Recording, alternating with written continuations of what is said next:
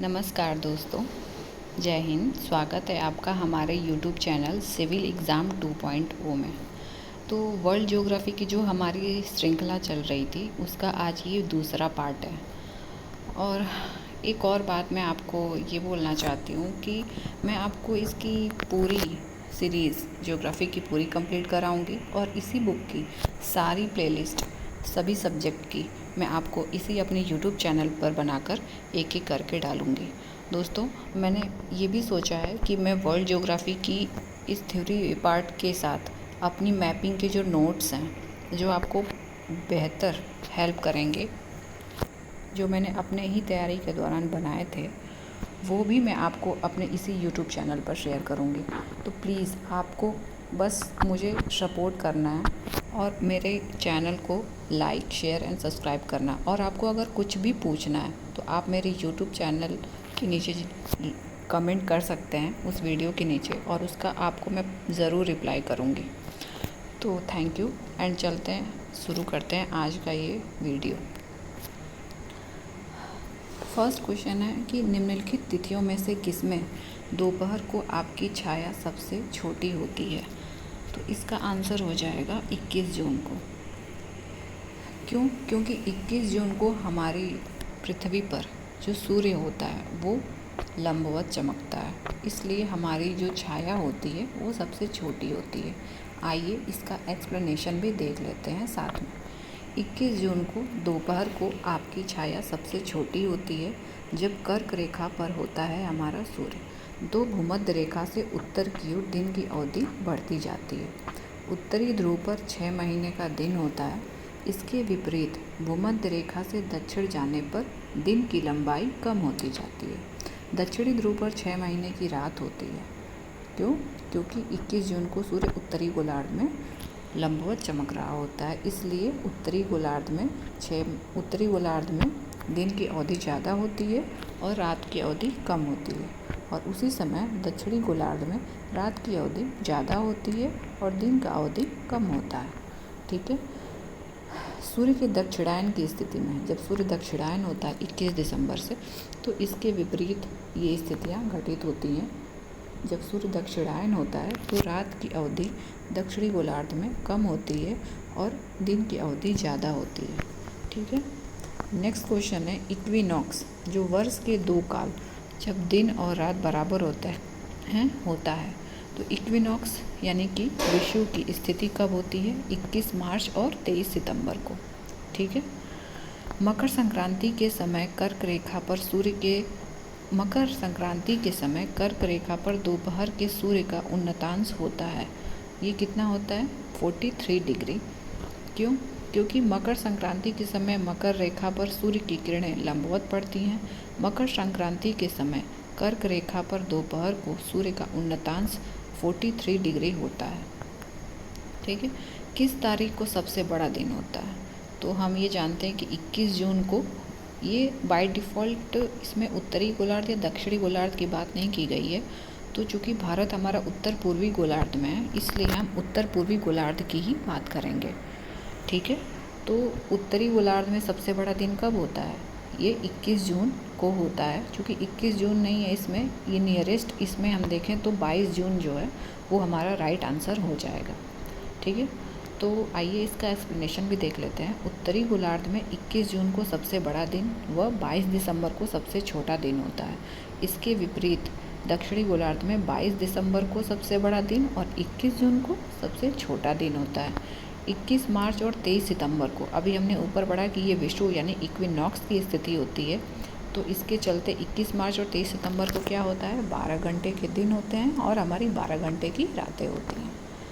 Next 73 question है किस तिथि को दक्षिणी गोलार्ध में रात की लंबाई सबसे अधिक होती है? तो किस तिथि को होती है? जब हमारी उत्तरी गोलार्ध में सूर्य लंबवत चमकता है, उसी समय दक्षिणी गोलार्ध में रात की लंबाई ज़्यादा होती है, क्योंकि उस टाइम पे उत्तरी गोलार्ध में दिन की अवधि ज़्यादा हो रही होती है, इसलिए 21 जून इसका राइट आंसर हो जाएगा। नेक्स्ट है उत्तर कोरिया और दक्षिण कोरिया की अंतर्राष्ट्रीय सीमा क्या होती है? तो ये मैं जब ये मैपिंग का सेक्शन कराऊंगी, जब ये एशिया वाला पार्ट में कराऊंगी, तो आपको मैं सब कुछ बिल्कुल एक एक एशिया में भी जैसे कि श्रीलंका है, पाकिस्तान है, नेपाल है, चाइना है, ये सारी चीज़ें हम अलग अलग पढ़ेंगे। ईरान है, इराक है, उसमें जो अलग अलग चोटियाँ हैं, अलग अलग जो झीलें हैं, नदियाँ हैं, वो सब कुछ हम पढ़ेंगे। तो ये मैपिंग का सेक्शन मेरे यूट्यूब चैनल पर जल्द ही शुरू होने वाला है, तो प्लीज़ आप मेरे चैनल को सपोर्ट करें, क्योंकि अभी ये मेरा न्यू चैनल है। तो मैं चाहूँगी कि आप प्लीज़ लाइक शेयर करें एंड कमेंट करें एंड सब्सक्राइब प्लीज़। आप नए हैं हमारे यूट्यूब चैनल पर तो प्लीज़ आप सब्सक्राइब कर लीजिए, ठीक है। तो आइए, इसका आंसर हो जाएगा 38 डिग्री उत्तरी अक्षांश। इसमें कुछ और भी हमारी रेखाएं उसको देख लेते हैं। एक तो हमने देखा कि 38 डिग्री जो हमारा उत्तरी अक्षांश है, ये उत्तर कोरिया और दक्षिण कोरिया के बीच में है, ठीक है। इसमें एक और है 49वीं समांतर रेखा, बहुत ज़्यादा पूछा जाता है, ये अमेरिका और कनाडा के बीच में है, ठीक है। अमेरिका और कनाडा हमारा उत्तर अमेरिका महाद्वीप के ही 2 देश हैं, ठीक है। 24वीं डिग्री समांतर रेखा किसके बीच में है? पाकिस्तान और भारत के बीच में है, लेकिन भारत इसको मान्यता प्रदान नहीं करता है, ठीक है। 17वीं डिग्री समांतर रेखा जो हमारी होती है उत्तरी वियतनाम और दक्षिणी वियतनाम के बीच में होती है। नेक्स्ट है निम्न अक्षांशों, यानी उत्तरी और दक्षिणी में से किससे आप हॉर्स अक्षांश यानी कि अस अक्षांश कहेंगे। तो ये हमारा 30 डिग्री जो अक्षांश होता है, ये हॉर्स अक्षांश कहा जाता है। नेक्स्ट है 30 डिग्री अक्षांश से लेकर 35 डिग्री अक्षांश के बीच दोनों गोलार्धों में जहाँ उच्च वायुदाब पाया जाता है, घोड़े का अक्षांश या हॉर्स अक्षांश कहलाता है। हॉर्स लेटिट्यूड शब्द स्पेन व्यापारियों द्वारा उस समय प्रचलित किया गया था जब वेस्ट इंडीज़ से घोड़े का व्यापार करते थे और जलयान मध्य सागर में पहुंचता था, तो वहीं पे उच्च वायुदाब के कारण धीरे धीरे चक्कर काटने लगते थे उनके जलयान। इसलिए जब वो धीरे धीरे चक्कर काटने लगते थे, वायुयान भारी हो जाते थे उनके जलयान, तो क्या करते थे, वो अपने जलयान में कुछ घोड़ों को, अपने जलयान से कुछ घोड़ों को अपने भार कम करने के लिए फेंक देते थे, ताकि वो उनका वो जो जलयान है वो उसका भार हल्का हो जाए। तो इसीलिए इस अक्षांश को हम हॉर्स अक्षांश के नाम से जानते हैं, ठीक है। नेक्स्ट क्वेश्चन है 76, उत्तरी गोलार्ध में कर्क संक्रांति के समय 12 घंटे का दिन होता है, कहाँ पर होता है? तो ये कर्क संक्रांति के समय 12 घंटे का जो दिन होता है वो विषुवत रेखा पर होता है, ठीक है। विषुवत रेखा पर संपूर्ण वर्ष दिन और रात 12-12 घंटे का होता है, ठीक है।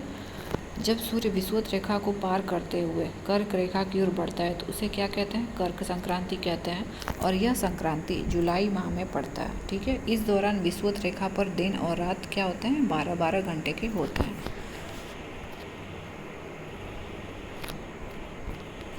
कर्क रेखा नहीं गुजरती है, तो हम जानते हैं कि कर्क रेखा हमारी भारत से गुजरती है, मैक्सिको से गुजरती है, मिस्र से गुजरती है, लेकिन ईरान से नहीं गुजरती है। दोस्तों, ये हम अच्छे से हम पढ़ेंगे। जो हम मैपिंग का सेक्शन जब मैं स्टार्ट करूँगी तो आपको बहुत अच्छे से समझाऊंगी, और आपको मेरी मैपिंग की सीरीज़ ज़रूर देखनी है, क्योंकि उससे आपको एक भी फैक्ट्स मैं बता रही हूँ किसी भी एग्ज़ाम में बाहर नहीं जाने वाले हैं। मैपिंग का जो नोट्स मैंने आपको बनाया हुआ है, जल्दी मैं इसको शुरू करने वाली हूँ। सोच रही हूँ कि इस ज्योग्राफी के साथ, वर्ल्ड ज्योग्राफी के साथ साथ ही मैं आपको मैपिंग वाली वीडियो दे दूँ, ताकि आपकी ज्योग्राफी का पूरा वो जो मैपिंग का सेक्शन के साथ ये थ्योरी वाला जो पार्ट है वो पूरा एक साथ जब आप पढ़ेंगे मैपिंग के साथ, तो आपको चीज़ें बेहतर तरीके से क्लियर होंगी, ठीक है। तो इसको हम मैपिंग में भी बताएंगे। मैपिंग में मैं आपको बिल्कुल लोकेट करके इस सारी स्थान को बताऊंगी कि यहाँ से गुजर रही है, तो आपको मैपिंग वाली मेरी वीडियो ज़रूर देखनी है, ठीक है। तो आइए देख लेते हैं कहाँ कहाँ से गुजरती है। अभी तो याद कर लेते हैं, पढ़ लेते हैं, ठीक है। वहाँ पे मैं आपको ट्रिक भी बताऊँगी कि इसको याद कैसे करना है, ठीक है। तो ये गुजरती है हमारी कर्क रेखा मैक्सिको, मिस्र, भारत, सऊदी अरब, बांग्लादेश, म्यांमार, पश्चिमी सहारा, लीबिया, नाइजर, अल्जीरिया, माली, मार्टिनिया, चीन, ओमान, यूएई, जिसको संयुक्त अरब अमीरात भी कहते हैं, और हवाई द्वीप जो प्रशांत महासागर में एक द्वीप है, ठीक है। ये ज्वालामुखी द्वीप है। इन देशों से होकर के हमारी कर्क रेखा गुजरती है। ईरान से होकर कर्क रेखा नहीं गुजरती है। भारत में कर्क रेखा कहाँ कहाँ से गुजरती है? जो 8 स्थानों से गुजरती है। तो इसका स्थान है पश्चिम से पूर्व भी देख, इसका ये क्रम दिया हुआ है। गुजरात, राजस्थान, मध्य प्रदेश, छत्तीसगढ़, झारखंड, पश्चिम बंगाल, त्रिपुरा और मिजोरम। वहीं देखिए नेक्स्ट क्वेश्चन है मकर रेखा। ये भी मैपिंग से मैं आपको बताऊंगी जब दक्षिण अमेरिका वाला पार्ट कराऊंगी। अभी इसको देख लेते हैं कि कहाँ कहाँ से गुजरती है। तो मकर रेखा हमारी गुजरती है बोलीविया से नहीं गुजरती है, बाकी अर्जेंटीना, पराग्वे और ब्राज़ील से गुजरती है। ठीक है, मकर रेखा Brazil, Paraguay, Chile, Australia, Madagascar, Mozambique, दक्षिण अफ्रीका, बोत्सवाना, नामीबिया आदि देशों से गुजरती है। विषुवत रेखा मकर रेखाएं हमारी ये दोनों जो रेखाएं हैं वो ब्राज़ील से होकर गुजरती हैं। एक और क्वेश्चन इसमें मैं आपको मैपिंग सेक्शन में बताऊंगी जब अफ्रीका कॉन्टिनेंट पढ़ाऊंगी। तो अफ्रीका कॉन्टिनेंट में आपको बताऊंगी कि जो हमारी तीनों रेखाएं, विषुवत रेखा, कर्क रेखा और मकर रेखा, वो तीनों रेखाएं हमारी अफ्रीका महाद्वीप से गुजरती हैं। और वहाँ पे जब मैं झीलों को पढ़ाऊंगी, जैसे विक्टोरिया झील है, तो विक्टोरिया झील से हमारी विषुवत रेखा गुजरती है। एक नदी है हमारी कांगो नदी विषुवत रेखा को दो भागों में 2 बार काटती है। वहीं पे अफ्रीका में एक हिंद महासागर में गिरने वाली एक नदी है, मोजाम्बिक के आसपास, हाँ, उसमें गिरती है हमारी लिम्पोपो नदी। मोजाम्बिक, मेडागास्कर जो हिंद महासागर की साइड में है देश, वहाँ पे गिरती है लिम्पोपो नदी मकर रेखा को 2 बार काटती है। वहीं भारत में जो नदी है माही नदी, जो हम अभी इंडियन ज्योग्राफी जब पढ़ेंगे तो आपको बताऊंगी कि इंडियन ज्योग्राफी जब पढ़ेंगे तो वहाँ पे एक नदी आपको मिलेगी माही नदी हमारी कर्क रेखा को 2 बार काटती है। तो ये तीनों रेखाओं वाला कॉन्सेप्ट आप ध्यान रखिएगा। ठीक है, तो कर्क रेखा और मकर रेखाएं किस देश से गुजरती है? ये हमारी अफ्रीका से। अभी हमने बताया कि ये कर्क रेखा मकर रेखा ही नहीं, विषुवत रेखा भी, यानी कि तीनों रेखाएं हमारी अफ्रीका महाद्वीप से गुजरती हैं। ठीक है, भूमध्य रेखा, कर्क रेखा और मकर रेखा तीनों रेखाएं अफ्रीका महाद्वीप से गुजरती हैं। एशिया से कर्क रेखा और भूमध्य रेखा, ठीक है, दक्षिण अमेरिका से भूमध्य रेखा और मकर रेखा, और ऑस्ट्रेलिया से मकर रेखा गुजरती है। अभी मैं आपको जब मैपिंग का सेक्शन मैं सोच रही हूँ जल्दी स्टार्ट कर दूँ, क्योंकि ये याद करने वाली, रटने वाली चीज़ें आप अभी रटेंगे आप भूल जाएंगे, लेकिन जब आप उस स्थान को बिल्कुल मैप में बिल्कुल 2-3 बार देख लेंगे, प्रैक्टिस कर लेंगे अपने हाथ से, मैपिंग वाला सेक्शन बिल्कुल ब्लैंक मैप लेके आप प्रैक्टिस कर लेंगे, तो आप बिल्कुल भी यहाँ पे मैं आपको बता रही हूँ तो आपको ये चीज़ें नई नहीं लगेंगी, आपको अच्छे से वो याद हो जाएगा, आपको याद रटने की भी ज़रूरत नहीं पड़ेगी। ठीक है, इसलिए मैपिंग का सेक्शन वर्ल्ड ज्योग्राफी के साथ बहुत इंपॉर्टेंट है। नेक्स्ट क्वेश्चन है कौन सा देश आर्कटिक वृत्त के दक्षिण में पाया जाता है? तो हम ये भी मैपिंग का ही सेक्शन है। जब मैं आपको यूरोप वाला पार्ट पढ़ाऊँगी तो आप देखेंगे कि फिनलैंड, नॉर्वे और स्वीडन ये जो तीनों देश हैं वो आर्कटिक वृत्त के उत्तर में पाए जाते हैं। लेकिन आइसलैंड जो उसी के पास में एक द्वीप है पश्चिम साइड में, नॉर्वे, स्वीडन और फिनलैंड के पश्चिम साइड में एक द्वीप पड़ता है, वो आइसलैंड है। वहाँ से आर्कटिक वृत्त आप देखेंगे कि ये दक्षिण में है। ठीक है, हमें लगता है कि आर्कटिक वृत्त आइसलैंड से गुजरता है, लेकिन ऐसा नहीं है। आर्कटिक वृत्त के हल्का सा टच करता है ऊपर से ही आर्कटिक वृत्त वाली लाइन गुजर जाती है। ठीक है, नेक्स्ट हमारा टॉपिक है देशांतर रेखा और मानक समय। तो आइए इसको देखते हैं। जब ग्रीनविच में मध्याह्न है, एक जगह का स्थानीय समय 5 बजे सायं है, तो निम्नलिखित में से कौन सा याम उत्तर है जिस पर उपर्युक्त जगह अवस्थित है? तो इसमें ग्रीनविच में मध्याह्न बताया गया है और एक जगह का स्थानीय समय कितना बताया गया? 5 बजे शाम को बताया गया है। ठीक है, तो हम जानते हैं कि 1 डिग्री बराबर कितना होता है? 1 डिग्री बराबर 4 मिनट होता है और 1 घंटे में 15 डिग्री हमारी होती है। ठीक है, तो यहाँ पर 5 बजे का जो समय दिया गया है, यूरो देशांतर पर 12 बज रहा है और स्थानीय समय इसमें 5 घंटे जो शाम के 5 बजे दिया हुआ है। तो ग्रीनविच एक रेखा होती है जो लंदन से गुजरती है और उसके पूर्व में जो स्थान होते हैं वो जोड़े जाते हैं, प्लस किए जाते हैं, और जो पश्चिम में स्थान होते हैं वो घटाए जाते हैं। तो यहाँ पर 0 डिग्री देशांतर पर अगर 12 बज गया और दिया गया स्थानीय समय इसमें अगर 5 घंटे आगे है तो यहाँ ये स्थान क्या होगा? पूर्व में होगा। इसलिए हम क्या करेंगे? 15 डिग्री बराबर 1 घंटा। हम जानते हैं कि 15 डिग्री बराबर कितना होता है? 1 घंटा होता है। तो इसमें हम 15 × 5 कर देंगे, 15 × 5 = 75 डिग्री बराबर कितना हो जाएगा? 5 घंटा हो जाएगा। तो इसका आंसर क्या हो जाएगा? 75 डिग्री पूर्व में हो जाएगा। नेक्स्ट क्वेश्चन है जब IST मध्याह्न रेखा पर दोपहर हो तो एक दूसरी जगह 6 बजे सूरज उग रहा है, तो निम्नलिखित में से किस मध्याह्न पर दूसरी जगह स्थित है? तो जब IST मध्याह्न रेखा पर दोपहर हो तो एक एक दूसरी जगह 6 बजे सूरज उग रहा है तो 60 डिग्री 30 वेस्ट मध्याह्न पर दूसरी जगह स्थित होगा। नेक्स्ट क्वेश्चन है, निम्नलिखित देशों में से किसका समय जीएमटी से भिन्न है? जीएमटी से भिन्न है, ग्रीनविच मीन टाइम से भिन्न है। तो हम ये आपको मैं ट्रिक भी बताऊंगी जब मैं मैपिंग वाला सेक्शन पढ़ाऊंगी कि जीएमटी कहाँ से किस किस देश से गुजरती है। अभी हम देख लेते हैं कि कहाँ से गुजरती है। आइसलैंड से, आयरलैंड से, पुर्तगाल, कनारी द्वीप समूह, मार्टिनिया, Mali, Senegal, Guinea Bissau, Guinea, Sierra Leone, Liberia, Ivory Coast and Burkina Faso. ये लैंडलॉक है बुर्किना फासो, जब मैं अफ्रीका वाला पार्ट पढ़ाऊँगी मैपिंग का। नेक्स्ट है टोंगा, जाम्बिया और घाना। इनका जो हमारा जीएमटी समय जो होता है वो सेम होता है, लेकिन स्पेन का जो मानक है वो जीएमटी से क्या होता है, भिन्न होता है। ग्लोब पर दी गई किस रेखा को अंतर्राष्ट्रीय तिथि रेखा कहते हैं? तो ग्लोब पर दी गई 180 डिग्री देशांतर रेखा को हम अंतर्राष्ट्रीय तिथि रेखा कहते हैं। नेक्स्ट है कनाडा में कितने टाइम जोन है? तो ये बताएगी। तो कनाडा में हमारे 8 time, I think 6 time zone है, सॉरी। और रूस में हमारे 11 टाइम जोन है। तो टाइम जोन या मानक समय को क्षेत्रीय समय के नाम से भी जाना जाता है। और 1884 में ग्रीनविच मीन टाइम तय किया गया था और विश्व भर की घड़ियों का समय इसी टाइम जोन से तय किया जाता है। कनाडा में कुल 6 टाइम जोन है, ठीक है। ग्रीनविच यामोत्तर और भूमध्य रेखा एक दूसरे को काटती हैं। ये कहाँ काटती हैं? तो ये मैपिंग वाला सेक्शन जब मैं कराऊंगी तो आपको अच्छे से बताऊंगी कि ग्रीनविच यामोत्तर भूमध्य रेखा कहाँ काटती है एक दूसरे को, अटलांटिक महासागर में काटती हैं, ठीक है। एंड एक्सप्लेनेशन देख लेते हैं। ग्रीनविच यामोत्तर भूमध्य रेखा एक दूसरे को अटलांटिक महासागर या अंध महासागर में काटते हैं। ग्रीनविच यामोत्तर को प्रधान मध्याह्न रेखा के नाम से भी जाना जाता है, जो कहाँ से गुजरती है? लंदन के ग्रीनविच नामक स्थान से। यह पृथ्वी को 2 पूर्वी और पश्चिमी गोलार्धों में विभाजित करती है। नेक्स्ट क्वेश्चन है, किसी जहाज को सबसे कम समय में एक स्थान से दूसरे स्थान तक जाने के लिए निम्न में से किसे मार्ग बनाना चाहिए? तो इसका आंसर हो जाएगा देशांतर, ठीक है दोस्तों। किसी जहाज को एक स्थान से दूसरे स्थान तक सबसे कम समय में अगर आपको यात्रा तय करनी है तो आपको देशांतर के सापेक्ष अपनी यात्रा तय करनी होगी, ठीक है। 180 डिग्री जो देशांतर होता है वो पूर्व से पश्चिम जाने पर 1 दिन कम हो जाता है और पश्चिम से पूर्व जाने पर 1 दिन बढ़ जाता है, ठीक है।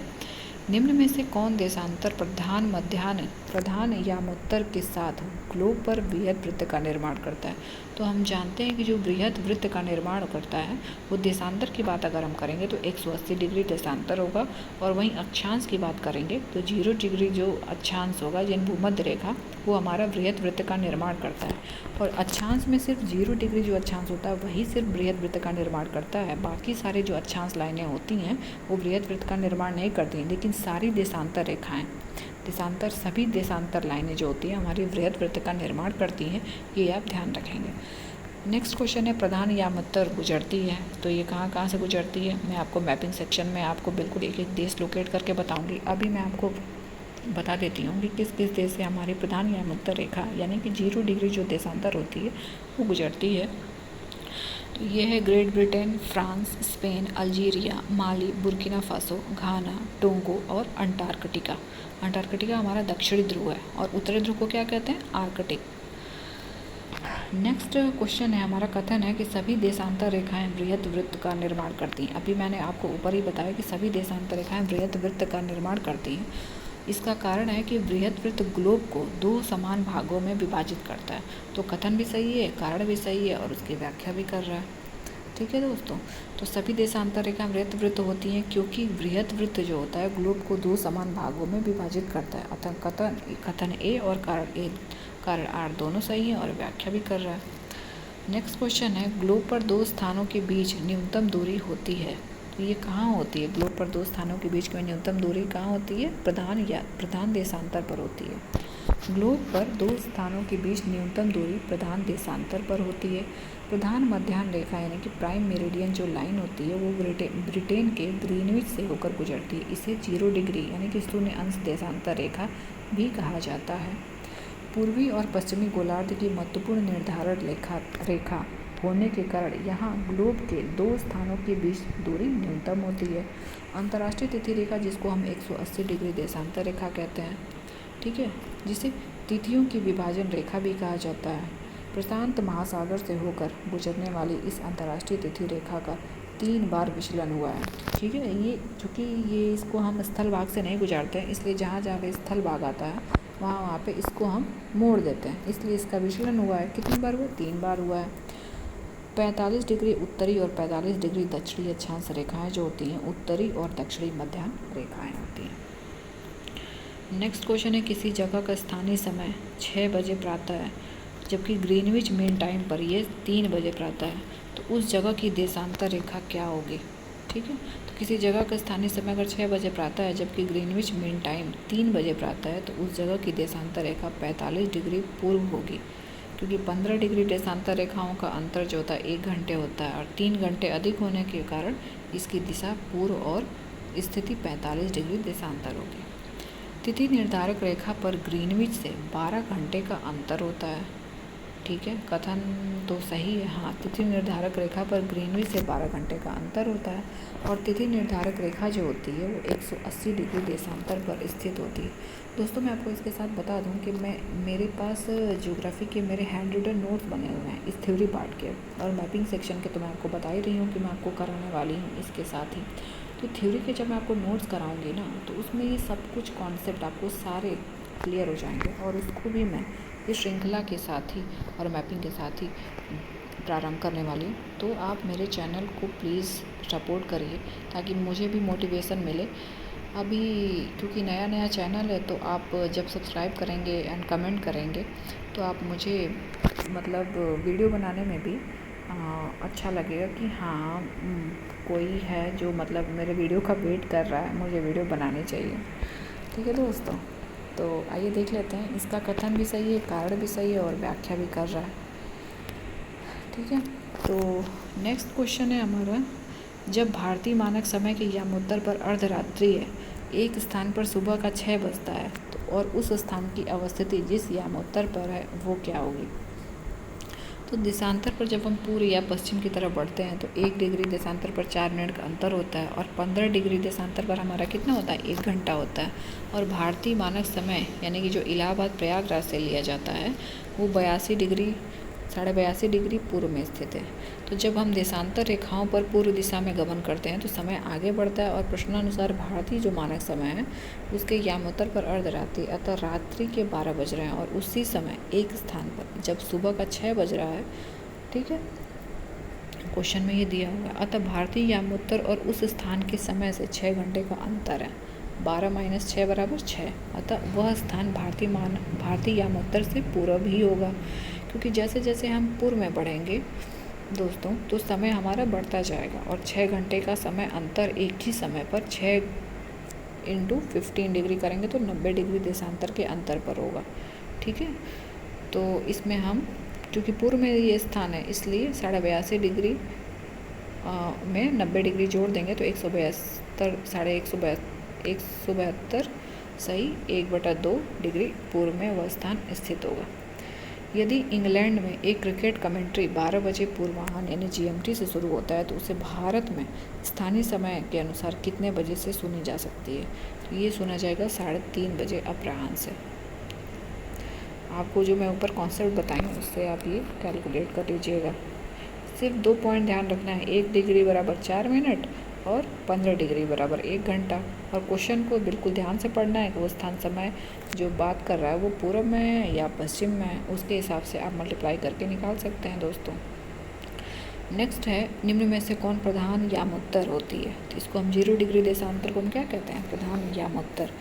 पृथ्वी पर 0 डिग्री देशांतर पर खींची गई मध्याह्न रेखा 0 डिग्री देशांतर जो होती है प्रधान मध्याह्न रेखा कहलाती है, जो ठीक है। और ग्रीनविच रेखा भी इसको कहते हैं, क्यों? क्योंकि लंदन में एक स्थान है ग्रीनविच, उसी के नाम पर इसका नाम ग्रीनविच रेखा पड़ गया है। विश्व का मानक समय इसी रेखा से निर्धारित किया जाता है। लंदन का एक शहर जो ग्रीनविच है इसी रेखा पर स्थित है, इसलिए इसे ग्रीनविच रेखा कहते हैं। ठीक है दोस्तों, नेक्स्ट क्वेश्चन है हमारा, नेक्स्ट टॉपिक आ गया विषुवत रेखा। ठीक है, तो किसी वस्तु का भार निम्नलिखित में से किस स्थान पर न्यूनतम होता है? तो हम जानते हैं कि जो किसी वस्तु का जो भार होता है वो विषुवत रेखा पर न्यूनतम होता है, और अधिकतम अगर पूछा जाएगा तो वो कहाँ पे होता है? तो हमारा अधिकतम जो होता है वो ध्रुवों पर अधिकतम होता है।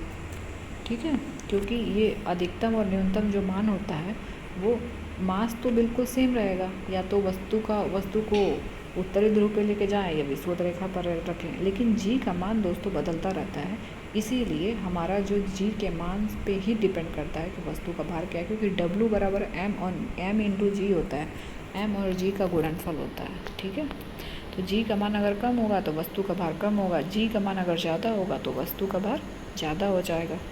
ठीक है दोस्तों, नेक्स्ट पूछ रहा है कि भूमध्य रेखा नहीं गुजरती है। फिर ये मैपिंग वाला क्वेश्चन आ गया। तो भूमध्य रेखा हमारी कहाँ कहाँ से गुजरती है वो हम देख लेते हैं, जो कहाँ कहाँ से नहीं गुजरती है वो भी पता चल जाएगा। तो हमारी भूमध्य रेखा जो है वो 13 देशों से होकर गुजरती है। उसका नाम है Ecuador, Colombia, Brazil, Sao Tome and Principe, Gabon, Congo लोकतांत्रिक गणराज्य, Uganda, Kenya, Somalia, Maldives, Indonesia and Kiribati. ठीक है दोस्तों, अतः स्पष्ट है कि इसमें गिनी का नाम तो आया नहीं है। सॉरी, भूमध्य रेखा जो गिनी और रवांडा से होकर के नहीं गुजरती है, तो इसमें रवांडा ऑप्शन में, तो रवांडा हटा देंगे तो 1, 2 और 4 इसका। सॉरी, गैबोन का नाम भी इसमें है, गैबोन, हाँ गैबोन नहीं है, सोमालिया हो जाएगा, और भूमध्य रेखी गिनी यानी इक्वेटोरियल गिनी हो जाएगा। तो ये इसका आंसर हो जाएगा। दिन और रात का मगर समान का कब समान होता है, तो जहाँ पर इसका आंसर हो जाएगा दोस्तों भूमध्य रेखा पर, क्योंकि भूमध्य रेखा पर सूर्य की किरणें लंबवत चमकती हैं, इसलिए दिन और रात का क्या होंगे, बराबर होंगे। लेकिन कर्क रेखा पर जाएंगे तो सूर्य की किरणें लंबवत चमकती है 21 जून को। तो 21 जून को सूर्य उत्तरायण होता है, तो दिन की अवधि तो ज़्यादा होती है लेकिन रात की अवधि कम होती है, तो दिन और रात बराबर हो नहीं पाएंगे, इसलिए भूमध्य रेखा इसका आंसर हो जाएगा। नेक्स्ट क्वेश्चन है कि 4 ऑप्शन दिए, 4 स्टेटमेंट दिए हुए हैं। फर्स्ट है कि पृथ्वी के अक्ष के उत्तरी सिरे को उत्तरी ध्रुव कहते हैं, तो हाँ ये बात सही है। नेक्स्ट है 45 डिग्री अक्षांश की लंबाई विषुवत रेखा की आधी होती है, तो ये गलत हो जाएगा। पृथ्वी के अक्ष की समांतरता है, हाँ अक्ष हमारे जो होते हैं वो समान होते हैं, जैसे कि समानांतर होते हैं, सॉरी समान नहीं होते, समानांतर होता है, उनके बीच की दूरी क्या होती है 111 किलोमीटर होती है ना दोस्तों, तो वो समानांतर होती है, क्योंकि हर जगह मतलब कि सारी अक्षांश लाइनों के बीच में जो दूरी है वो 111 किलोमीटर बनी रहती है, इसलिए समांतर होती है।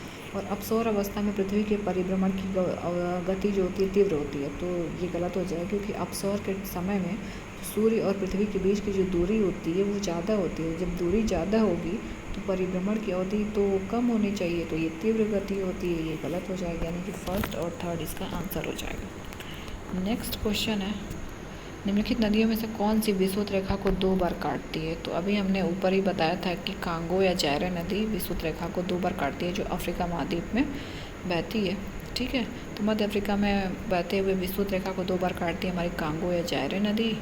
इसकी लंबाई इतनी किलोमीटर है, ये लंबाई ध्यान रखना नहीं है। और ये कहाँ कहाँ से गुजरती है ये देख लेते हैं कि Tanzania, Burundi, Rwanda, Cameroon, Congo, Angola, Zaire, और ये कहाँ गिर जाती है, अटलांटिक महासागर में गिर जाती है।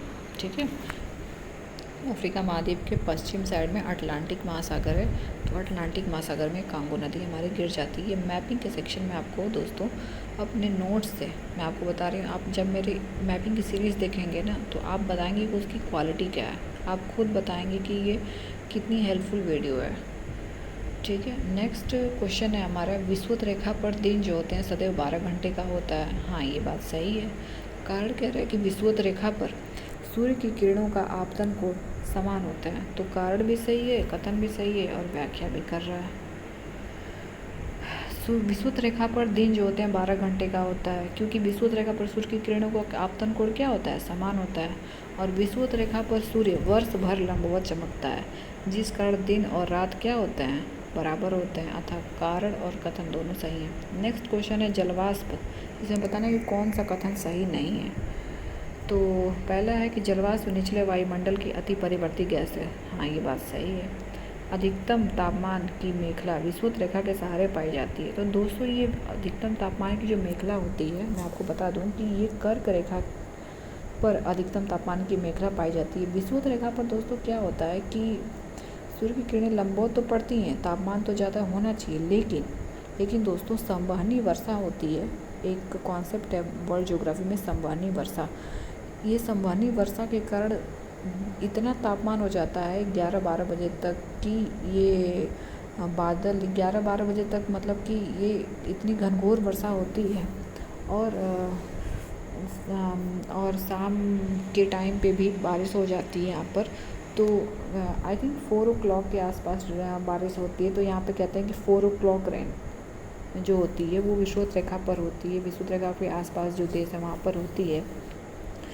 और जब बारिश हो जाती है तो तापमान तो नो डाउट बहुत ज़्यादा होता है, लेकिन जब बारिश हो जाती है ना तो तापमान जो होता है वो कम हो जाता है। इसलिए अधिकतम तापमान की मेखला वहाँ पे नहीं पाई जाती है, जबकि कर्क रेखा पर ऐसा नहीं होता है। 4 o'clock रेन कर्क रेखा पर नहीं पाई जाती है, इसलिए वहाँ पर तापमान जो होता है वो उच्च बना रहता है। इसलिए इसका आंसर बी जो होगा वो गलत होगा।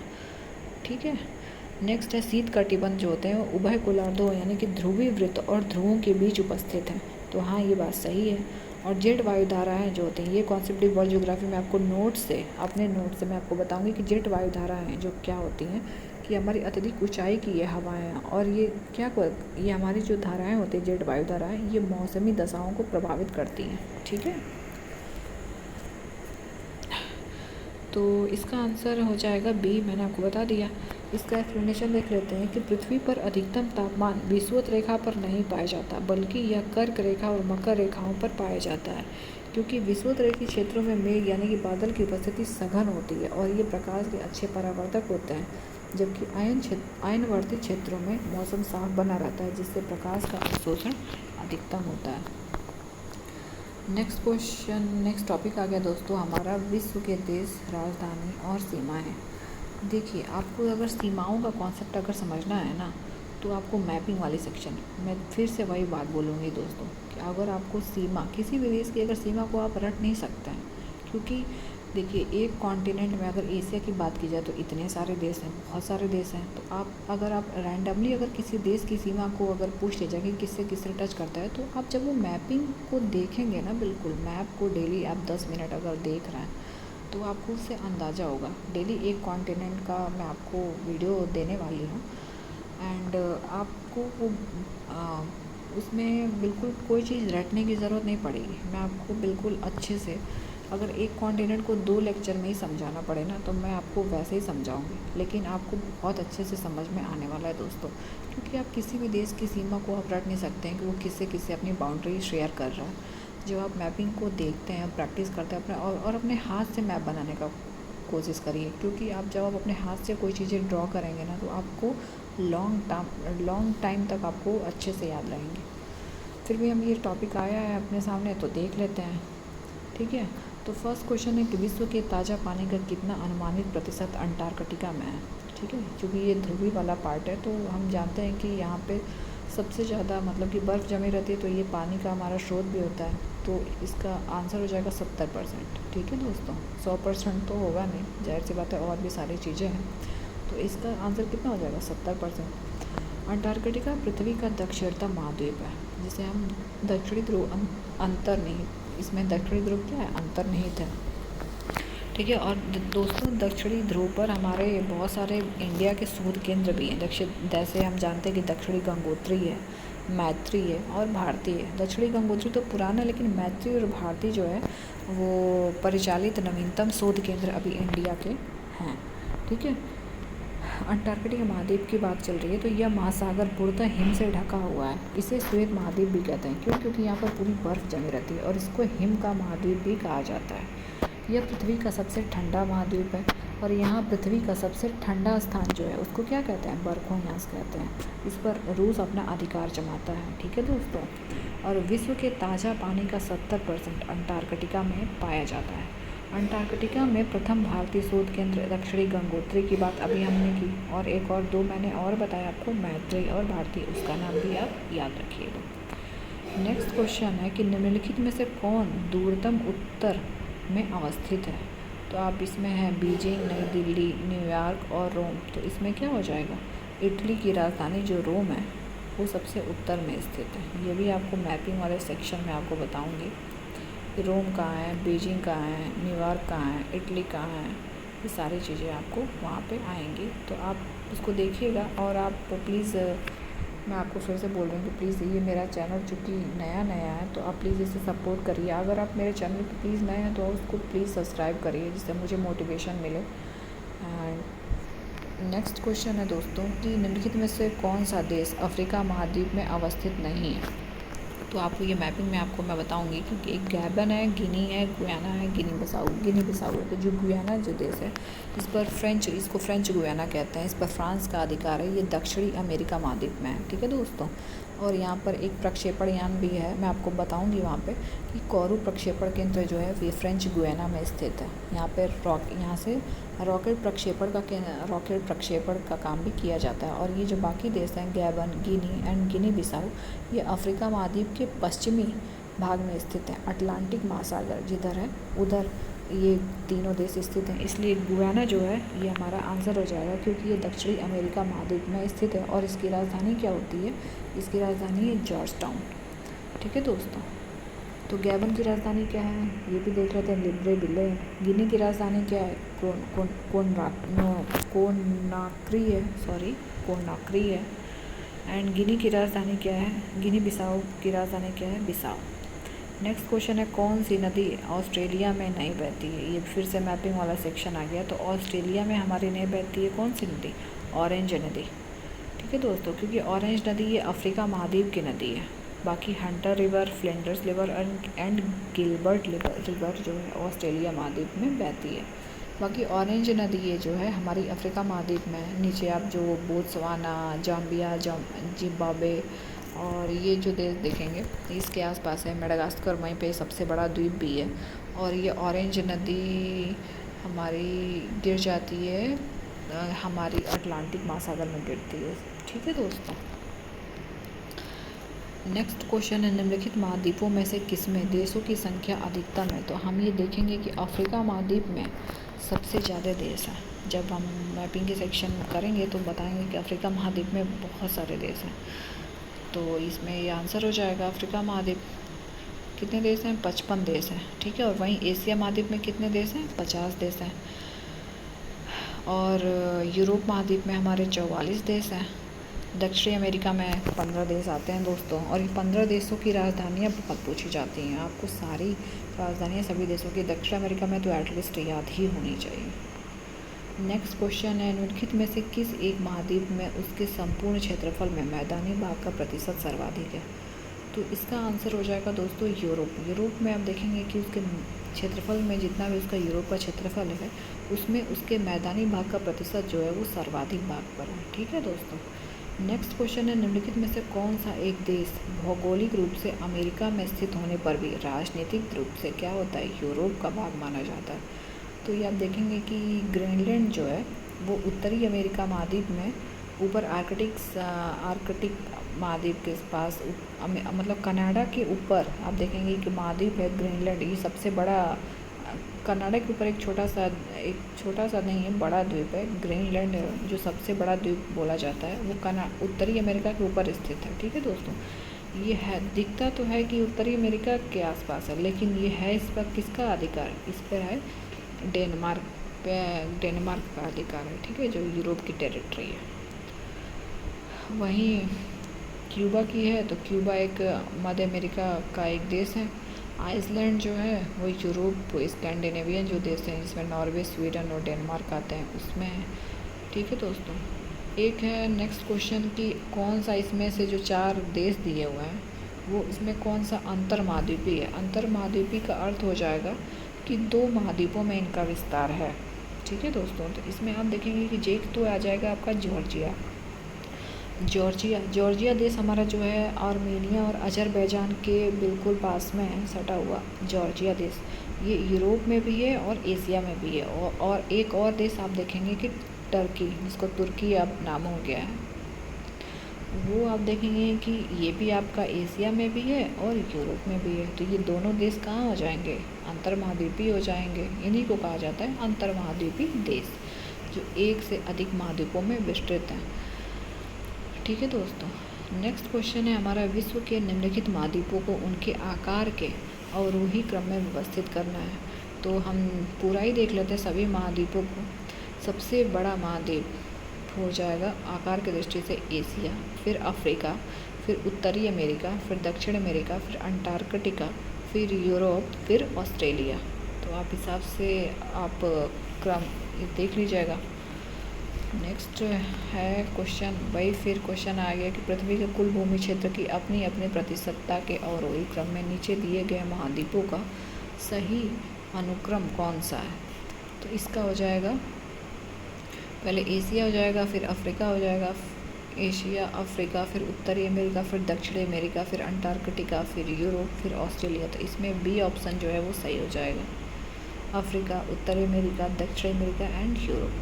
नेक्स्ट क्वेश्चन है कि निम्न में से सबसे छोटा महाद्वीप कौन सा है। तो सबसे छोटा महाद्वीप जो है हमारा ऑस्ट्रेलिया है। ठीक है, जैसे एशिया, अफ्रीका, उत्तरी अमेरिका, दक्षिणी अमेरिका, अंटार्कटिका, यूरोप, देन तब आता है हमारा ऑस्ट्रेलिया। तो इसका आंसर क्या हो जाएगा, ऑप्शन डी नंबर हो जाएगा। विश्व के 2 सबसे छोटे महाद्वीप बताने हैं, तो आप फिर से वही चीज़ें पढ़िए, एशिया, अफ्रीका, उत्तरी अमेरिका, दक्षिणी America, Antarctica, Europe, then Australia. तो इसका आंसर क्या हो जाएगा, यूरोप और ऑस्ट्रेलिया 2 सबसे छोटे महाद्वीप हो जाएंगे। नेक्स्ट क्वेश्चन, नेक्स्ट टॉपिक जो आ गया हमारा देश और राजधानी, और ये लास्ट टॉपिक हमारा रहेगा आज की वीडियो का। और क्योंकि वीडियो हमारी 41 मिनट की हो चुकी है ऑलरेडी और ज़्यादा वीडियो बड़ी रहेगी तो आई थिंक वो सही नहीं रहेगा, तो मैं ये लास्ट टॉपिक मान के चलूँगी और इसके बाद ये अपनी वीडियो यहीं पे समाप्त करूँगी। तो आइए देख लेते हैं हमारा लास्ट टॉपिक। तो इसका फर्स्ट क्वेश्चन है कि जिम्बाब्वे जो हमारा अफ्रीका महाद्वीप का एक देश है, जिम्बाब्वे निम्नलिखित में से किस नाम से जाना जाता है। तो मैं आपको बता दूं कि एक देश है, अफ्रीका में 2 देश हैं, एक है जाम्बिया और एक है जिम्बाब्वे। तो जाम्बिया जो देश है उसको क्या कहते हैं हम, उत्तरी रोडेशिया कहते हैं। और आप देखेंगे मैपिंग सेक्शन में कि जाम्बिया जो देश है वो उत्तर में भी स्थित है जिम्बाब्वे के। ठीक है, तो जाम्बिया को उत्तरी रोडेशिया और जिम्बाब्वे को क्या कहते हैं हम, दक्षिणी रोडेशिया के नाम से जाना जाता है। ये दोस्तों इन देशों के पुराने नाम हैं जो पहले जाने जाते थे। ठीक है, अभी तो हम जाम्बिया और जिम्बाब्वे के नाम से ही जानते हैं। ठीक है, तो जिम्बाब्वे का पूरा नाम दक्षिणी रोडेशिया था और उत्तरी रोडेशिया के नाम से किसको बताया मैंने, जाम्बिया को बताया। और घाना देश का पुराना नाम क्या है, ये गोल्ड कोस्ट है। ठीक है दोस्तों, घाना देश हमारा अफ्रीका महाद्वीप के पश्चिमी साइड में स्थित है, जो गिनी की खाड़ी में आप देखेंगे।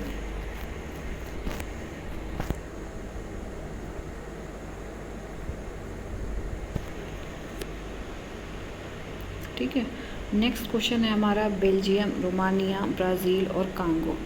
इसको मिलाना है तो बेल्जियम, रोमानिया, ब्राज़ील और कांगो। कांगो की जो राजधानी हो जाएगी वो हो जाएगी हमारी, रोमानिया की तो बुखारेस्ट हो जाएगी, बेल्जियम, ब्राज़ील की ब्राज़ीलिया हो जाएगी। तो डी की हो जाएगी हमारी, कांगो, ब्राज़ील की ब्राज़ील, यानी कि सी का 1 हो जाएगा। तो सी का 1 बी ऑप्शन में है, तो इसलिए इसका सी बी ऑप्शन आंसर हो जाएगा। बेल्जियम की राजधानी क्या हो जाएगी, ब्रुसेल्स, रोमानिया की बुखारेस्ट, ब्राज़ील की ब्राज़ीलिया एंड कांगो की ब्राज़ाविले। नेक्स्ट क्वेश्चन है कौन सा देश उसकी राजधानी सही दिया हुआ। तो सूरीनाम की राजधानी क्या हो जाएगी, परामराइवो होगी, इसलिए एक ऑप्शन है तो गलत है। पराग्वे की क्या हो जाएगी, असुनसियान हो जाएगी, पेरू की लीमा हो जाएगी और फिजी की शुबा हो जाएगी। नेक्स्ट क्वेश्चन है हमारा कि चीन का जो है वो क्या होगा, चीन का संघाई तो नहीं होगा, चीन का होता है बीजिंग। कनाडा की ओटावा सही दे रखी है, ऑस्ट्रेलिया की कैनबरा भी सही दे रखी है और रूस की मास्को भी सही दे रखी है। नेक्स्ट हो जाएगा पेरू।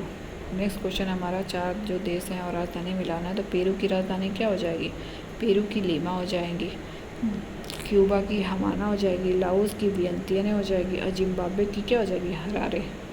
ठीक है, नेक्स्ट हमारा हो जाएगा क्वेश्चन 122 नंबर, एंटीगुआ और बारमूडा। एंटीगुआ बारमूडा की जो आप देखेंगे राजधानी सेंट जॉन से सही दे रखी है। डोमिनिका की दोस्तों सेंटो डोमिंगो नहीं होती है, डोमिनिका की होती है रुसाऊ। नेक्स्ट है अल सल्वाडोर की होती है सैन सल्वाडोर, बाहामास की होती है नसाउ। ये ऑस्ट्रेलिया के जो दे रखे हैं, क्योंकि देखिए ऑस्ट्रेलिया के भी जो राजधानियाँ पूछी जाती हैं और वैसे ही दक्षिण अमेरिका की, तो ऑस्ट्रेलिया और दक्षिण अमेरिका के तो आपको बिल्कुल रटे होने चाहिए, क्योंकि ये देश बहुत कम हैं इसमें। तो आपको इतना तो याद होना ही चाहिए। न्यू साउथ वेल्स की होती है हमारी सिडनी, क्वींसलैंड की होती है ब्रिस्बेन एंड विक्टोरिया की होती है मेलबर्न एंड पश्चिमी ऑस्ट्रेलिया की क्या होती है पर्थ। ठीक है, तो आप मिलान कर लीजिएगा स्वयं से। नेक्स्ट कथन कारण दे रखा है। कथन है हमारा इथोपियाई उच्च भूमि, इथोपियाई हाईलैंड भी जिसको कहते हैं, अफ्रीका में उच्च जनसंख्या घनत्व वाला क्षेत्र है। तो हाँ, ये बात सही है कि इथोपियाई उच्च भूमि जो है, आप देखेंगे कि हॉर्न ऑफ अफ्रीका, एक अफ्रीका महाद्वीप के पूर्व में हॉर्न ऑफ अफ्रीका है। इसमें 4 देश हैं, सोमालिया, इथोपिया, इरिट्रिया, जिबूती। वहीं पे एक इथोपिया देश है, वो इथोपिया उच्च भूमि जो है वहाँ पे अफ्रीका महाद्वीप में उच्च जनसंख्या घनत्व वाला क्षेत्र है। मैपिंग में आपको बताऊंगी अच्छे से। कथन है इसका सही है। कारण क्या है कि इथोपियाई उच्च भूमि जो है वो उसकी मिट्टी जो है उपजाऊ है। तो कथन भी सही है, कारण भी सही है और व्याख्या भी कर रहा है। ठीक है दोस्तों, नेक्स्ट हो जाएगा हमारा अफ्रीका देशों में कौन सा क्षेत्रफल की दृष्टि से अफ्रीका महाद्वीप का सबसे बड़ा देश है। तो अफ्रीका महाद्वीप का सबसे जो बड़ा देश है, आप देखेंगे ऊपर अफ्रीका महाद्वीप के उत्तर में भूमध्य सागर के पास जो देश है अल्जीरिया, वो अफ्रीका महाद्वीप का क्षेत्रफल की दृष्टि से सबसे बड़ा देश है अफ्रीका महाद्वीप में। नेक्स्ट राजधानी मिलाना, तो मोरक्को की राजधानी रबात होती है, ट्यूनीसिया की ट्यूनिस होती है, अल्जीरिया की अल्जियर्स होती है, लेकिन केप वर्डे की बमाको नहीं होती क्योंकि बमाको माली की राजधानी होती है। बमाको किसकी राजधानी है? माली की। और केप वर्डे की राजधानी क्या होती है? प्रेया। नेक्स्ट है ऑस्ट्रिया की हो जाएगी वियना, क्रोएशिया की हो जाएगी जाग्रेव, स्लोवाकिया की हो जाएगी ब्रातिस्लावा एंड स्लोवेनिया की हो जाएगी लुब्जुआना। नेक्स्ट है दोस्तों म्यांमार की हो जाएगी यंगून, कंबोडिया की नामपेन, वियतनाम की हनोई एंड लाओस की वियंतियन है। नेक्स्ट क्वेश्चन है, तो इसमें मिलान करते हैं। स्लोवाकिया की क्या हो जाएगी? ब्रातिस्लावा, बुल्गारिया की सोफिया, रोमानिया की बुखारेस्ट एंड हंगरी की बुडापेस्ट। नेक्स्ट क्वेश्चन है, इसमें निम्नलिखित में से कौन सा द्वीप क्षेत्रफल में सबसे बड़ा द्वीप है? तो सब जानते हैं कि सबसे बड़ा द्वीप है ग्रीनलैंड, फिर न्यू गिनी, फिर बोर्नियो, फिर है मेडागास्कर। ठीक है, तो 4 तो ये बड़े बड़े हो गए। और इसमें जो ऑप्शन दे रखा है, इसमें से अगर हम देखें तो न्यूजीलैंड जो हमारा है सबसे बड़ा द्वीप है क्षेत्रफल के हिसाब से। और इसमें भी होता है कि एक उत्तरी न्यूजीलैंड, एक है दक्षिणी न्यूजीलैंड। तो उसमें दक्षिणी न्यूजीलैंड है वो बड़ा होता है, बड़ा द्वीप है। लेकिन हमारी हम देखेंगे मैपिंग सेक्शन में कि न्यूजीलैंड की जो राजधानी है वेलिंगटन है, वो उत्तरी न्यूजीलैंड में स्थित है। ठीक है दोस्तों, ये प्रशांत महासागर में ये हमारा न्यूजीलैंड स्थित है। नेक्स्ट हमारी राजधानी वाला है, देखते हैं अभी कितना बचा हुआ है। अभी काफ़ी है दोस्तों, इसमें बहुत क्वेश्चन भी आते हैं। नेक्स्ट जल्दी कर लेते हैं क्योंकि वीडियो बहुत बड़ी हो रही है। उज़्बेकिस्तान की राजधानी क्या है? उज़्बेकिस्तान की राजधानी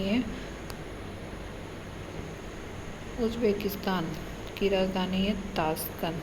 तजाकिस्तान की राजधानी है दुशांबे। किर्गिस्तान की राजधानी क्या है? बिश्केक। एंड तुर्कमेनिस्तान की राजधानी क्या है? अशकाबाद। ये सामने दे रखे हैं, ये सही है। नेक्स्ट है ब्राज़ील की राजधानी है ब्राज़ीलिया।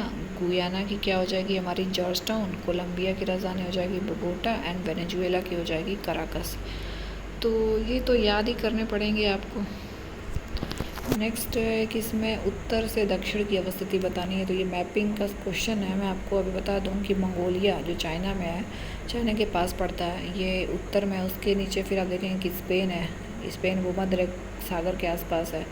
फिर आप देखेंगे कि मैक्सिको है, फिर है अर्जेंटीना, ये दक्षिणी अमेरिका महाद्वीप का देश है, तो सबसे नीचे आ जाएगा। ठीक है, तो आप मिलान कर लीजिएगा।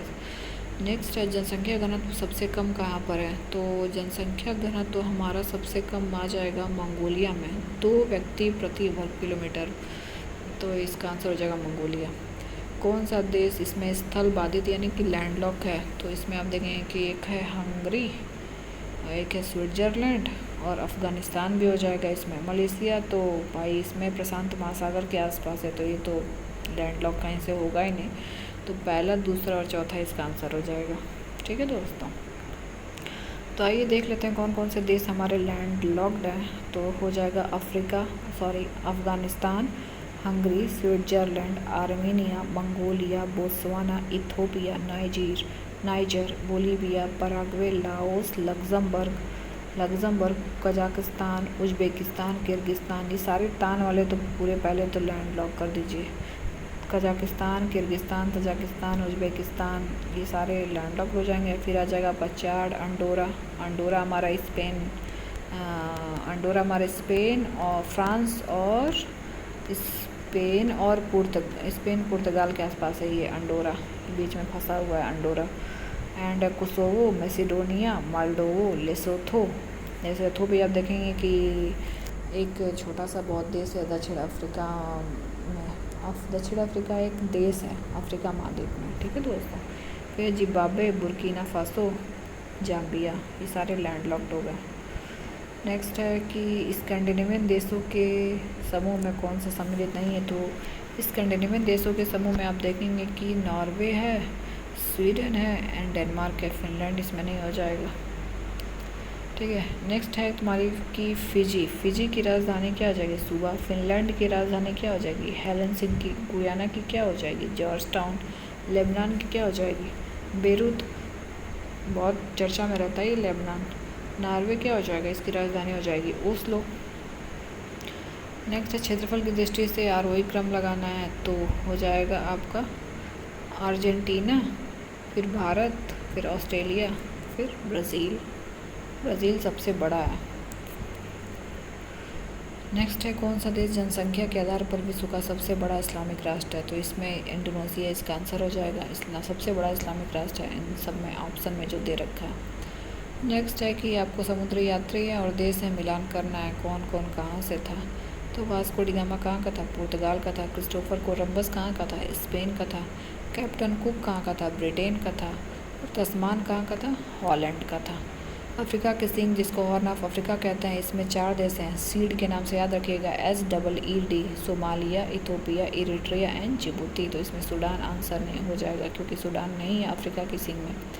नेक्स्ट है स्वर्णिम अर्धचंद्र यानी कि गोल्डन क्रिसेंट में कौन कौन से आ जाएंगे, तो हमारा अफ़गानिस्तान, पाकिस्तान और ईरान, इसमें ये 3 देश हमारे गोल्डन क्रिसेंट यानी कि स्वर्णिम अर्धचंद्र में आ जाएंगे। और ये देश तीनों का किस लिए फेमस है, अफीम उत्पादक देश है। बेनेलक्स में कौन कौन से देश आ जाएंगे, तो आप जानते हैं कि बेनेलक्स में बेल्जियम, नीदरलैंड और लग्जमबर्ग आ जाएंगे, तो इसका आंसर हो जाएगा बी। नेक्स्ट है कितना बचा हुआ है अभी तो बहुत है दोस्तों, कोई नहीं, कंप्लीट तो करना ही है। आइए देख लेते हैं वेनेजुएला जो देश है वो हमारा, इसकी राजधानी हो जाएगी कराकस होगी, तो ये तो पहला गलत दे रखा है। न्यूजीलैंड की राजधानी वेलिंगटन होगी, मैंने आपको बताया कि उत्तरी न्यूजीलैंड जो है की राजधानी वेलिंगटन है, उत्तरी न्यूजीलैंड में स्थित है। नेक्स्ट है कोलंबिया की राजधानी हो जाएगी आपकी बोगोटा एंड साइप्रस की हो जाएगी निकोसिया। दोस्तों साइप्रस आप ध्यान रखिए कि साइप्रस निकोसिया जो है ये भूमध्य सागर में है, तो ये बहुत पूछा जाता है कि साइप्रस कहाँ पे स्थित है, तो ये भूमध्य सागर में स्थित है दोस्तों, ठीक है। अफ्रीका देश की सीमा भूमध्य सागर से नहीं मिलती है, वो से कौन सा अफ्रीका देश है, तो ये आप देखेंगे कि अफ्रीका की सीमा जो है इसमें चाड जो हो जाएगा भूमध्य सागर से नहीं मिलती है। आप भूमध्य सागर की सीमा से लगे अफ्रीकी देश है मोरक्को, अल्जीरिया और Tunisia, Libya and Egypt. Madhya America में स्थित कौन सा नहीं है, तो इसमें आंसर हो जाएगा सियरा लियोन। कौन कौन सी स्थित है देख लेते हैं, तो है Guatemala, El Salvador, Costa Rica, Panama, Belize, Honduras and Nicaragua. मैं आपको बताऊंगी ये कैरेबियन सागर में स्थित है। दक्षिणी अमेरिका का सबसे घना बसा देश कौन सा है, तो इसका आंसर हो जाएगा इक्वाडोर, ठीक है दोस्तों। इक्वाडोर में सबसे ज़्यादा जनघनत्व है। कौन सा देश क्षेत्रफल में भारत से बड़ा नहीं है, तो इसका आंसर हो जाएगा फ्रांस, ठीक है। रूस, कनाडा, अमेरिका, चीन, ब्राज़ील, ऑस्ट्रेलिया, भारत, तो इसमें फ्रांस का नाम तो कहीं आया नहीं भारत से पहले, तो फ्रांस इसका आंसर हो जाएगा। नेक्स्ट है क्वेश्चन कि पहला है रूस में जनसंख्या घनत्व निम्न है तथा अधिकांश जनसंख्या यूराल के पूर्वी भाग में है। हाँ ये बात सही है। रूस के अधिकांश बड़े नगर यूरोपीय रूस में स्थित हैं, तो हाँ ये भी बात सही है। नेक्स्ट है रूस उत्तरी गोलार्ध का सर्वाधिक जनसंख्या वाला देश है, ये भी बात सही है। और रूस जो है सॉरी पहला गलत हो जाएगा क्योंकि अधिकांश जनसंख्या यूराल पर्वत के पूर्वी भाग में स्थित है। रूस में जनसंख्या घनत्व निम्न नहीं है, अधिकांश जनसंख्या यूरोप के पूर्वी भाग में तो स्थित है, लेकिन जनसंख्या घनत्व इसमें निम्न नहीं, तो पहला गलत हो जाएगा। दूसरा सही है। तीसरा भी हमारा क्या है कि रूस उत्तरी गोलार्ध का सर्वाधिक जनसंख्या वाला देश है, तो ये आंसर भी हमारा गलत हो जाएगा। और चौथा हो जाएगा एक बहुसांस्कृतिक देश है, तो हाँ ये बात सही है। रूस में जनसंख्या घनत्व तो निम्न है तथा अधिकांश जनसंख्या यूरोप के पश्चिमी भाग में बसी है, न कि पूर्वी भाग में बसी है। ठीक है। रूस 2 महाद्वीपों में विस्तृत विश्व का विशालतम देश है। इसका विस्तार जो है एशिया और यूरोप दोनों महाद्वीपों में है। उल्लेखनीय है कि रूस के अधिकांश बड़े नगर यूरोपीय रूस में स्थित हैं। रूस एक बहुसांस्कृतिक देश है। उत्तरी गोलार्ध का सर्वाधिक जनसंख्या वाला देश क्या है? चीन है, न कि रूस। ठीक है। नेक्स्ट है हमारा क्वेश्चन कि गिनी की राजधानी हो जाएगी, आइए देख लेते हैं, मिलान कर लेते हैं। गिनी बिसाऊ की राजधानी हो जाएगी बिसाऊ, ताइवान की ताइपेई, निकारागुआ की मानागुआ, मालदीव की माले हो जाएगी। नेक्स्ट है यूएई यानी कि संयुक्त अरब अमीरात की राजधानी क्या हो जाएगी? तो ये हो जाएगी अबू धाबी। कुवैत की हो जाएगी कुवैत सिटी, ईरान की तेहरान, इराक की बगदाद और सऊदी अरब की रियाद हो जाएगी। नेक्स्ट भी दोस्तों आइए मिलान कर लेते हैं। अम्मान की राजधानी है जॉर्डन, बिश्केक की हो जाएगी किर्गिस्तान, उलान बटोर की हो जाएगी मंगोलिया एंड यमन की हो जाएगी साना। नेक्स्ट ये भी अब मिलान कर लेते हैं जल्दी जल्दी। तंजानिया की हो जाएगी डोडोमा, केनिया की नैरोबी, नामीबिया के विंडहाक, मोरक्को की क्या हो जाएगी रबात, ऑस्ट्रेलिया की क्या हो जाएगी कैनबरा, तजाकिस्तान की हो जाएगी दुशांबे, तंजानिया की हो जाएगी डोडोमा, स्विट्ज़रलैंड की हो जाएगी बर्न। क्योंकि देखिए आपको ये याद ही करने पड़ेंगे, इसलिए मैं आपको जल्दी जल्दी बता दे रही हूँ कि कौन कौन से, आप देख लीजिए कौन कौन से क्वेश्चन आए हुए हैं। अजरबैजान की हो जाएगी बाकू, गैम्बिया की हो जाएगी बांजुल, ठीक है, एंड लाटविया की रीगा, कजाकिस्तान की अस्ताना। नेक्स्ट है घाना, घाना की होती है अक्रा, केन्या की होती है नैरोबी, नामीबिया की होती है विंडहॉक एंड नाइजीरिया की होती है अबूजा। नेक्स्ट दे रखा है बुल्गारिया, बुल्गारिया की होती है सोफिया, जॉर्जिया की होती है तबलिसी, आइसलैंड की होती है रिक्जविक एंड नॉर्वे की होती है ओस्लो। मंगोलिया, मंगोलिया की होती है उलान बटोर, उज़्बेकिस्तान की होती है ताशकंद, आयरलैंड की होती है डबलिन एंड हंगरी की होती है बुडापेस्ट। नेक्स्ट है ब्रुनेई, ब्रुनेई की होती है बंदर सेरी बेगावन, कंबोडिया की होती है नामपेन, लाओस की होती है वियंतियने, ध्यान रखिएगा लाओस जो है एक लैंडलॉक्ड कंट्री है, और इंडोनेशिया की होती है जकार्ता। इसमें दे रखा है तो अंकारा तुर्की है, सही दे रखा है, हवाना क्यूबा सही दे रखा है, अक्रा और गाना सही दे रखा है, लेकिन म्यूनिच स्विट्ज़रलैंड गलत दे रखा है, स्विट्ज़रलैंड की होती है बर्न। नेक्स्ट हमारा है बोलीविया, बोलीविया की राजधानी है लापाज, अर्जेंटीना की राजधानी है ब्यूनस आयर्स, चिली की राजधानी है सेंटियागो एंड पेरू की राजधानी क्या है लीमा। नेक्स्ट क्वेश्चन है कि इसमें बहरीन के मनामा सही दे रखा है, कतर का दोहा सही है, कुवैत का हो जाएगा अदन, सॉरी ये गलत है, कतन कुवैत का होता है कुवैत सिटी, ये तो सबसे इजी राजधानी है कुवैत की कुवैत सिटी, ऐसी तो मैं 10 राजधानियाँ याद कर लूँ। ओमान की होती है मस्कट। ठीक है दोस्तों, तो ये हमारा ये लास्ट था राज्य और देश उसकी राजधानी, ये हमारा टॉपिक कंप्लीट हुआ। नेक्स्ट हम अगले वीडियो से देखेंगे नगर और शहर। दोस्तों हमारी ये वीडियो जो है आपको डेली, मैं आपको अभी ये रात में रिकॉर्ड कर रही हूँ और कल के लिए वीडियो शेड्यूल है। मैं मेरी डेली जो वीडियो है वो दोपहर में आपको 12 बजे से पहले तक आपको ज़रूर देखने को मिल जाएगी। ठीक है दोस्तों, तो यहीं पे अपनी ये वीडियो ख़त्म करते हैं। प्लीज़ आप मेरे यूट्यूब चैनल को थोड़ा सपोर्ट करिए, अभी ये नया चैनल है तो आप ही के लिए चैनल है, और मैं आपको आप मेरी यूट्यूब चैनल को फॉलो करिए, आपको खुद लग जाएगा कि जब मैं मैपी के नोट्स और भी जो नोट्स हैं मैं आपके साथ जब शेयर करूँगी तो आपको खुद पता चल जाएगा कि इसमें ये वैल्यू ऑफ कंटेंट है कि नहीं है। ठीक है दोस्तों, तो प्लीज़ आप मेरे चैनल को सब्सक्राइब करिएगा, लाइक करिएगा एंड कमेंट पे अगर आपको कुछ भी पूछना होगा ना इस वीडियो के रिगार्डिंग तो आप मुझे कमेंट कर सकते हैं, मैं आपको रिप्लाई ज़रूर करूँगी। ठीक है दोस्तों, तो जय हिंद एंड गुड नाइट, और प्लीज़ आप ऐसे ही पढ़ाई करते रहिए। मैं आपको नेक्स्ट वीडियो कल रिकॉर्ड करूँगी इसके आगे से। तो थैंक यू सो मच। आइए वीडियो यहीं पे ख़त्म करते हैं। Good night, bye bye.